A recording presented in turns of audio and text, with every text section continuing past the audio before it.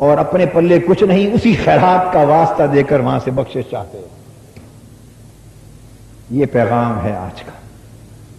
اللہ پاک حضور علیہ الصلوۃ والسلام کے میلاد پاک کی اس مبارک رات کے طفیل ہمیں یہ سعادت عطا فرمائے، حضور سے تعلق کامل کی، تعلق کامل کی، حضور سے کامل نسبت کی سعادت عطا فرمائے، اور حضور علیہ الصلوۃ والسلام میں فنائیت عطا۔ بس ایک ہی بات کہتا ہوں، اس کو جتنا سمجھ سکو سمجھ لو۔ یہ ایک طویل مضمون ہے، ایک جملے میں جتنا سمجھ سکیں سمجھ لیں، وہ حضور میں فنا ہو جائے۔ بس ایک ہی جملہ کہتا ہوں، کیا؟ حضور میں خود کو فنا کر دو، حضور میں خود کو فنا کر دو۔ اسے 3 بار کہیے، حضور میں خود کو فنا کر دو۔ ہائے ہائے ہائے ہائے، حضور میں خود کو فنا کر دو، ہائے حضور میں خود کو فنا کر دو۔ جوش سے کہو، مجھے مزہ نہیں آیا آپ کے جوش سے۔ حضور میں خود کو فنا کر دو، حضور میں خود کو فنا کر، اپنی دولت بھی حضور کے لیے، اپنی عزت، اپنا جینا، اپنی آرزوئیں، ہر شے حضور کے لیے فنا کر دو۔ حضور کو مقدم جانو، حضور کے دین کو مقدم جانو، حضور کی محبت کو مقدم جانو، حضور کی نسبت کو، حضور کے مشن کو، حضور کی امت کو مقدم جانو۔ اللہ پاک آپ کو سب کو سلامت رکھے، اس مشن کو، اس مرکز کو آباد رکھے۔ اب صلاۃ و سلام ہوگا